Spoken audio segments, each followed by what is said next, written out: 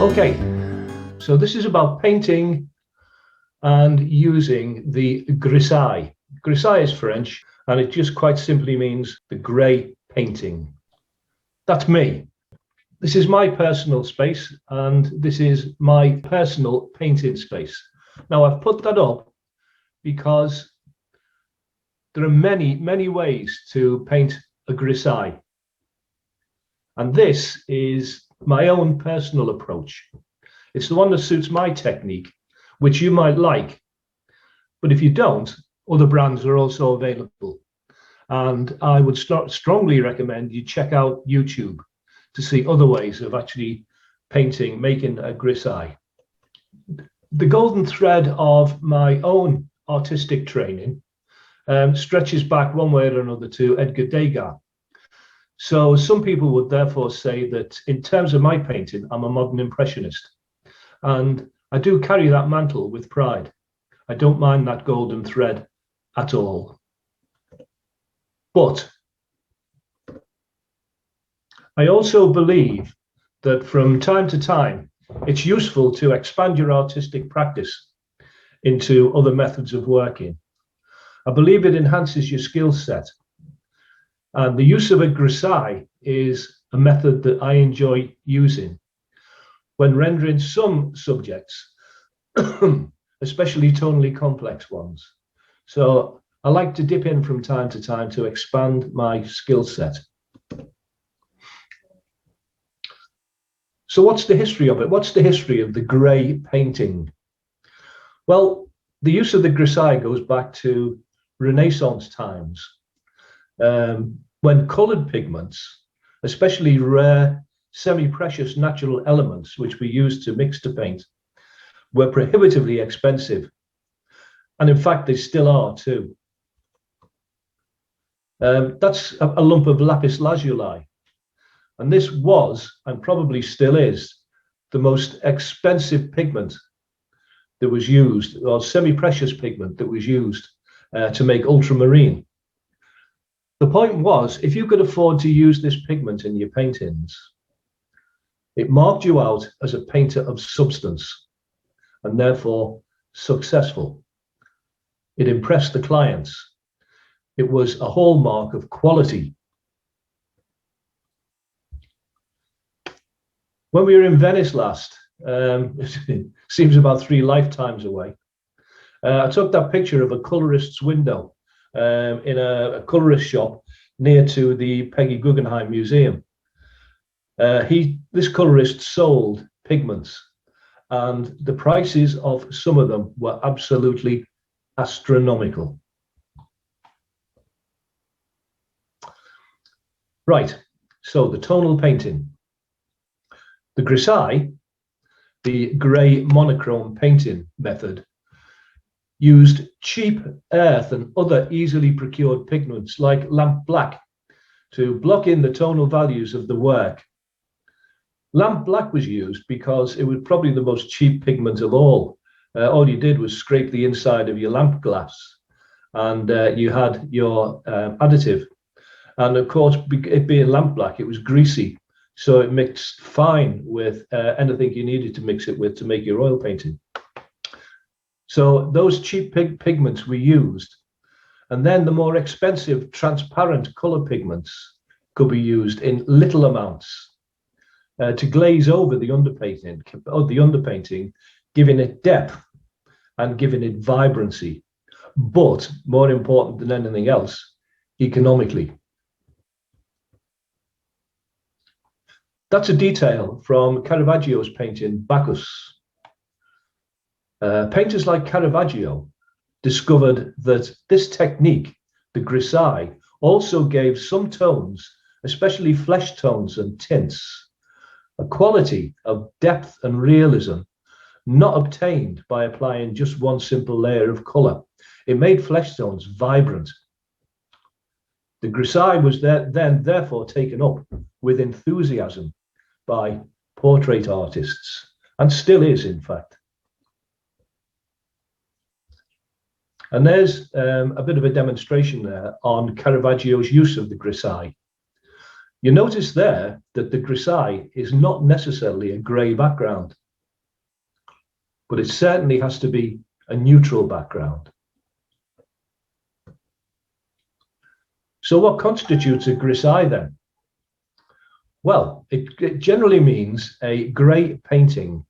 The underpainting should therefore be in tones of grey, just like the one I've illustrated there, here. It's the one I'll be working on for the rest of this session. However, this isn't an absolute. If you use browns, then your painting becomes a brunaille. If you use greens, then it becomes a verdaille, and so on.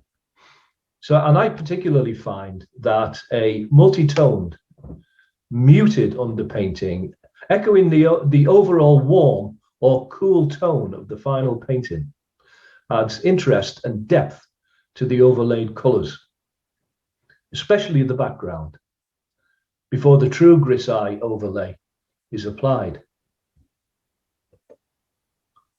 There's a sepia brunaille. I don't know who the artist is, but the tonal values of the underpainting are echoing the tones required by the painting in the final render. So that'll orientate towards sepia brown tones, I guess, in the final painting. Right, this is the start of my painting. The subject of this still life that I've set up there has an overall warmth about it rather than a coolness. And therefore, I'll paint a background using ivory black and flake white, warmed up with a little bit of burnt umber. This will then be overpainted with the grisaille, which will still radiate a background warmth, I hope. So there, the overall final tone of my painting will be warm. Therefore, the underpainting is also generally warm. It's initially a brunaille. This could be a bone of contention with some people.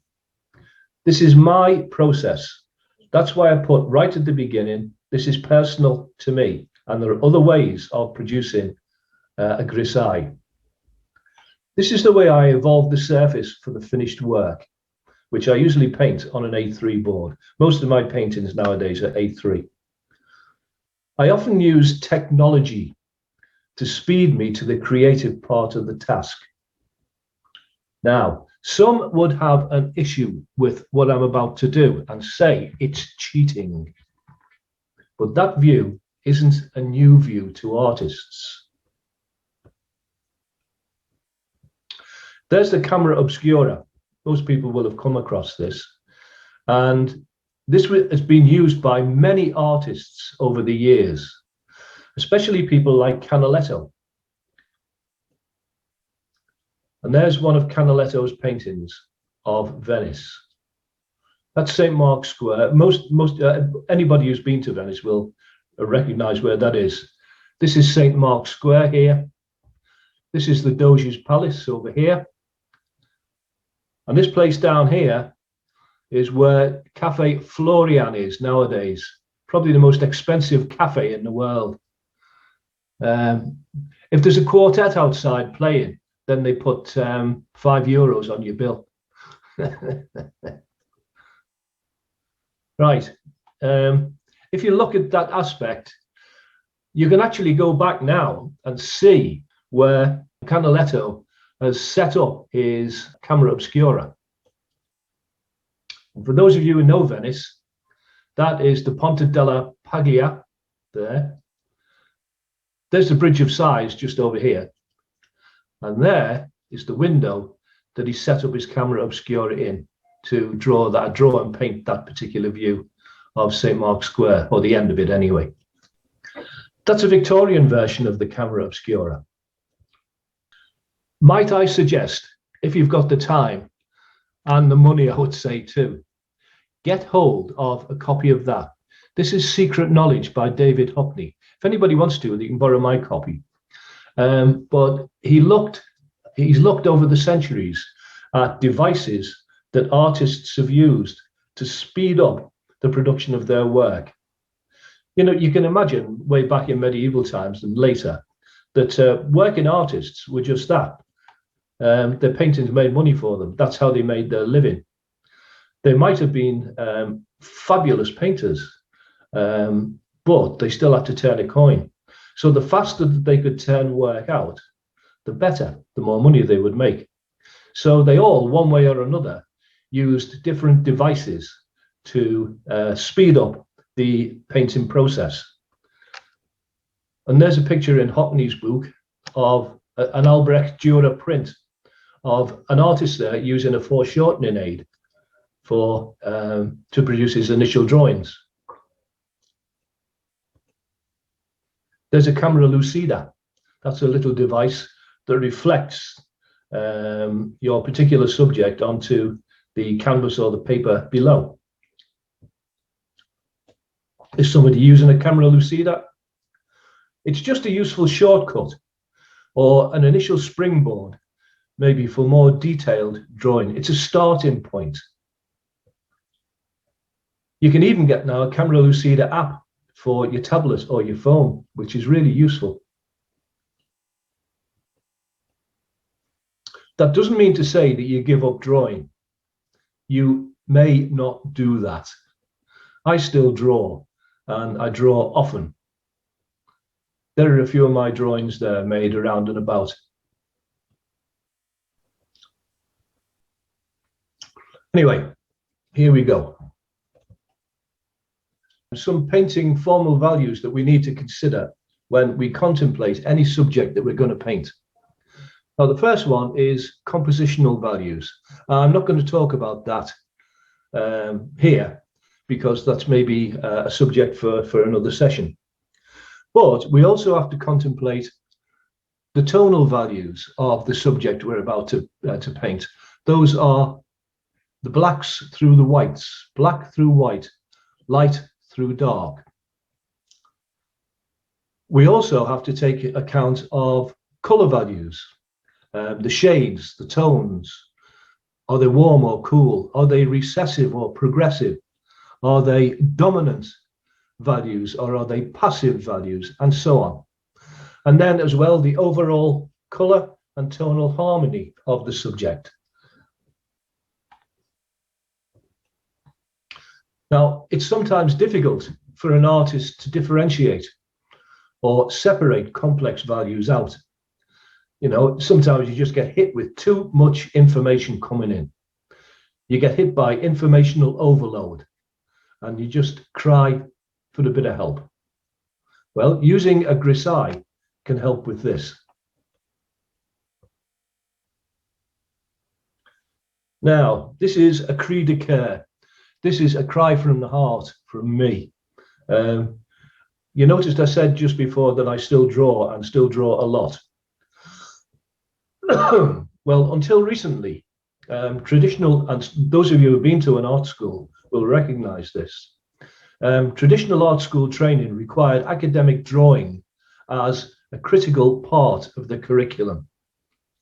When I was at Liverpool, it didn't matter what discipline you were taking on board, whether it was painting or whether it was sculpture or ceramics or whatever, you had to draw. If you didn't draw and draw regularly, and we were tested in inverted commas regularly, it didn't matter how wonderful you were at your subject, your main subject, you just didn't pass. It was as simple as that. So drawing from the plaster, as it was called, so that there were no polychrome color values, was an element in this. It was an element in this discipline. And what drawing from the plaster did, which was effectively just tones of grey, it simplified complex tones to monochromes for the students. But it was part of the drawing skill acquisition process. It was part of the craft. Just like here. Sadly for me, and this is my cri de coeur, this is now not a major part of the new, in inverted commas, university art curriculum. I use tech whenever possible and enjoy its possibilities, but I believe some elements of basic skill development should remain. An art, or all artists, need a common language and grammar to communicate with. They need to know how to draw, because as far as I'm concerned, all else stems from this. When I was teaching art, all my students drew, and drew extensively.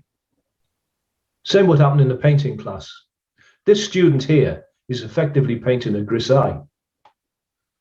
Now, I don't know if this is taught anymore, but nevertheless, this is where my sermon ends. This is my modus operandi, my way with grisaille. What I do is produce an A3 inkjet print of the formal arrangement and subject that I've lit myself. I'm also a qualified photographer, so that is no problem for me at all. The method I use speeds up the initial preparation of making the surface paint ready. It just takes out the predictable bits. Then from that, I make a grayscale print. This gives me easily viewed information of the range of tonal values needed for the grisaille. In this study, they're quite complex. Just take a note of the light source, which is top right. So this is the extent here of the grayscale. It's complex, but I won't want to copy this slavishly. If you can't do all that, if you can't make a black and white tonal print out of a color print, one other thing you can do is use a red filter to identify tonal values if you can't make a grayscale print. Just a simple piece of red cellophane, that's all you need. Even a quality street wrapper. First eat the chocolate, or maybe 2 or 3 just to be sure.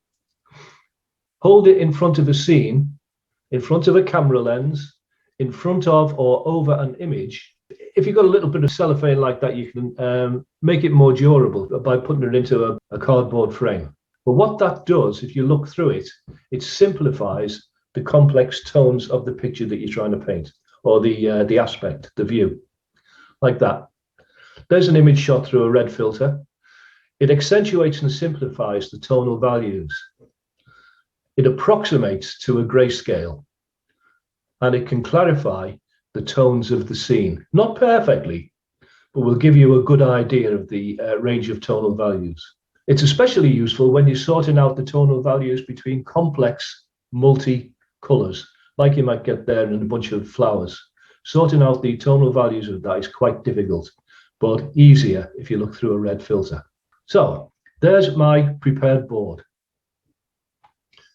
The initial preparation is just a simple gesso surface, roughly overpainted in warm tones, which benefit the subject. So I'm not trying to make that absolutely flat and smooth all the way over. I'm leaving the brush marks. I'm maybe rubbing out a little bit here and there to give it added interest. You might use scumbling. I'll just talk about that in a second. But you need to keep the dynamism of the brush strokes. It's not smooth. So I've just mentioned scumbling there. Some of you might know what that is, some of you might not. There it is. That scumbling is using a flat brush, flat, normally to put tones in, lighter tones over darker tones. You use the flat of the brush, you make sure it's well loaded, and you drag it lightly over the surface of your canvas or your board.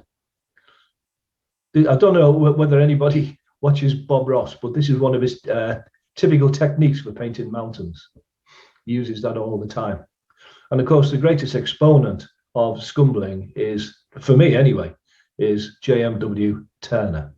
Look at his sky there. Right, I then make a tracing of the grayscale print with the color print beside it for reference. As well as making an easily usable tool, the act of tracing allows me to explore the subject in detail, allowing me to push and pull its elements to my satisfaction. 'Tis in fact an analytical study, but it is just a tracing. That's the first pass at a tracing. I might do 2 or 3 of these to fully explore the subject. And there's the tracing without the print behind. This is not underlined, not a drawing. It's a tracing, but it's good enough to proceed with. I then use white transfer paper, which is as cheap as chips. You can get 50 pieces for about £5. To transfer the tracing to the darker prepared board. Now, transfer paper is like white carbon paper. A light background would therefore need black transfer paper. But that's what you end up with. It's an approximation. The transfer is clear, but it's delicate and it's fugitive and easily smudged and lost. So it needs to be protected. So what I do is seal the transfer, seal that tracing with a matte or satin lacquer. And there's my spray can of lacquer over to one side there. You need to use matte or satin lacquer to leave a tooth on your board so that what happens later on is able to adhere. If you used gloss, then whatever you put over the top will probably skip around. There are advantages of doing this, spraying this lacquer over the surface. First one is that it allows you to relax. If you've sprayed it, it's there. Whatever you do over and above that or over it, if you're not happy with it, can be wiped off. Excuse me. Still leaving the drawing underneath. As I say there, it protects and saves the drawing. Any future work can be carried out, wiped off, manipulated and so on, without losing the underlying basic images. Also, it encourages experimentation. What if I do this? What if I try that? If it's good, it can stay. If not, you can just wipe it off and start again. But that first drawing, tracing, is protected. Then I would paint over the background grisaille.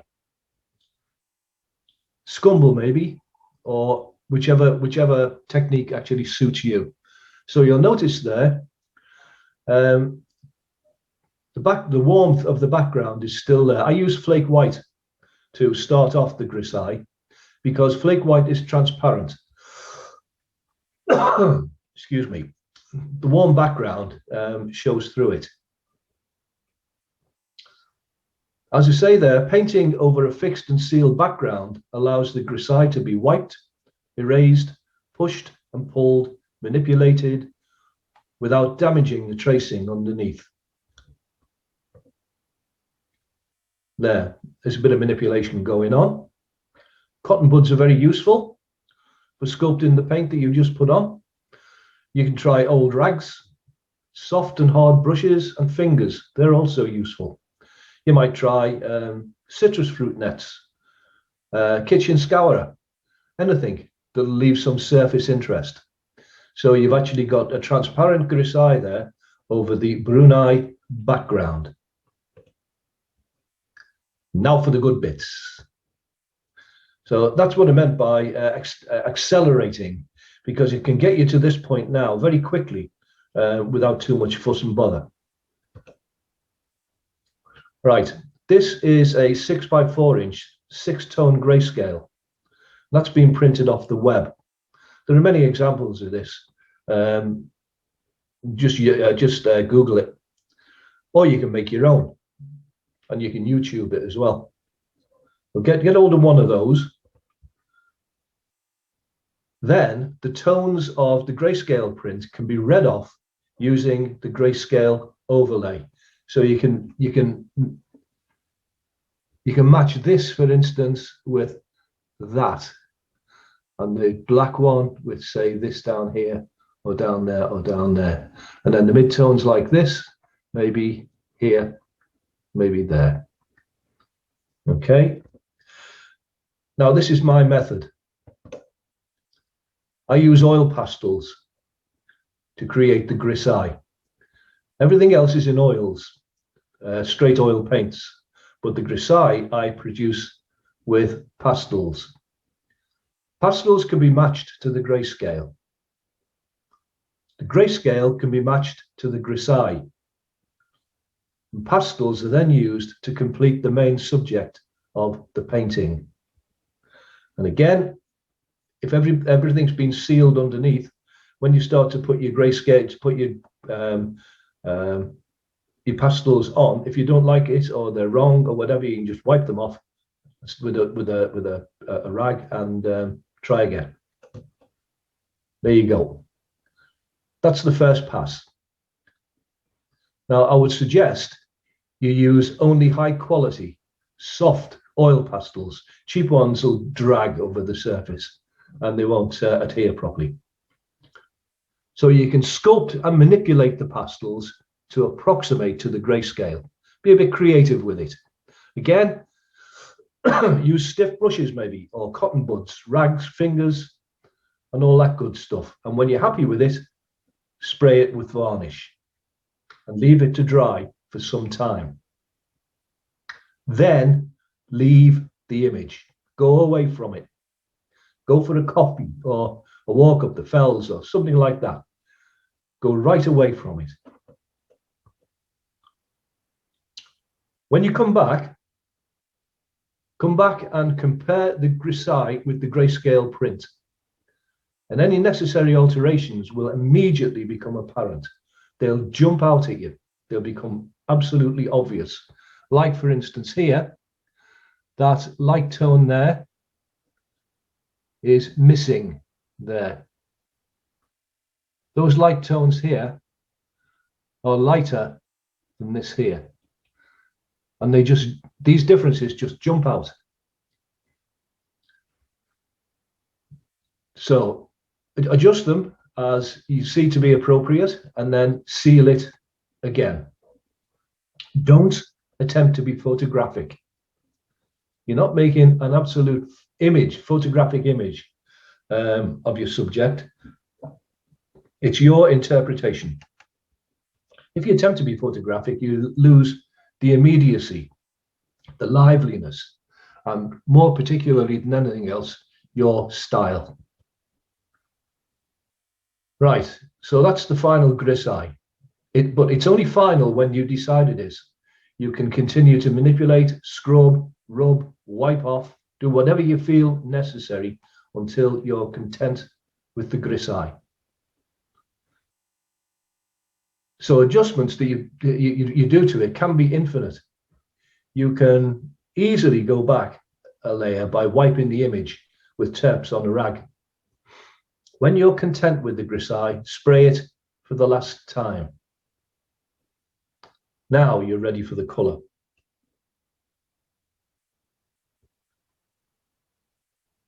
That's the first pass. You're glazing there with the basic tints. It's important, for obvious reasons, that you use transparent pigments because the grisaille has to show through to a lesser or greater extent. You can use opaque pigments like white, for instance, later on to tone up the highlights, but in the main, they should be transparent pigments. And if you look at your tubes of paint, there'll be a little mark on the paint tube that'll tell you how transparent that particular paint is. So that's the first rough glaze. You leave it to dry and then assess it. The next step is to refine it. And this process can be repeated as many times as you like until you're satisfied. Okay, a word about complementary colours. If we go back to that slide there and you look at the background's blue in tone generally with some brown showing through.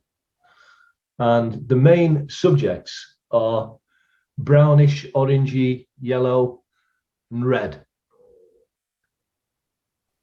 That's a colour wheel there.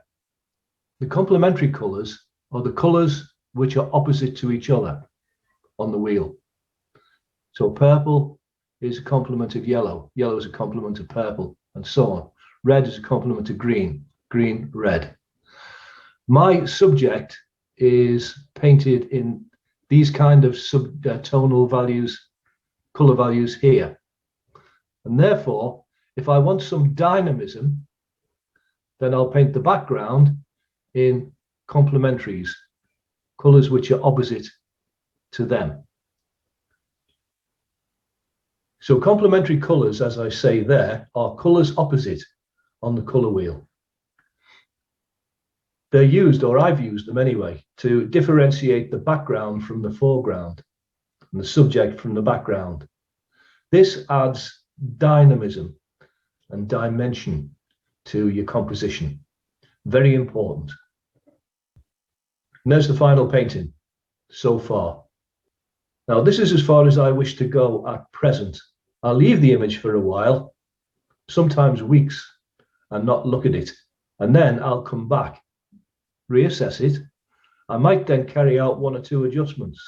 I can actually see them already. I can see what I'm going to do next. And this is where you stamp your style. So, that's the production of a grisaille from According to My Lights.